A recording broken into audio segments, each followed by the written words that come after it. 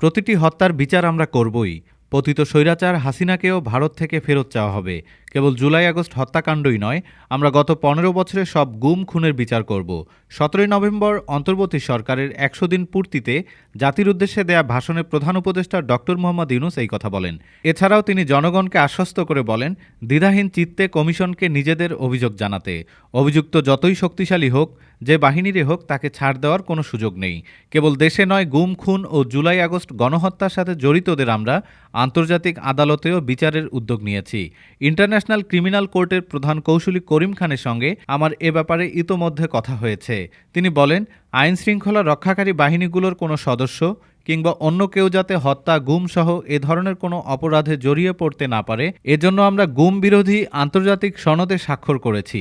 এ সময় তিনি জাতিসংঘের আন্তর্জাতিক মানবাধিকার বিষয়ক হাই কমিশনার ফলকার তুক সাম্প্রতিক বাংলাদেশ সফরের কথা উল্লেখ করেন এবং বলেন, জাতিসংঘ জুলাই আগস্ট হত্যাকাণ্ডের তদন্তে আমাদের সহযোগিতার হাত বাড়িয়ে দিয়েছে। ডেস্ক রিপোর্ট, আজ বার্তা, ঢাকা।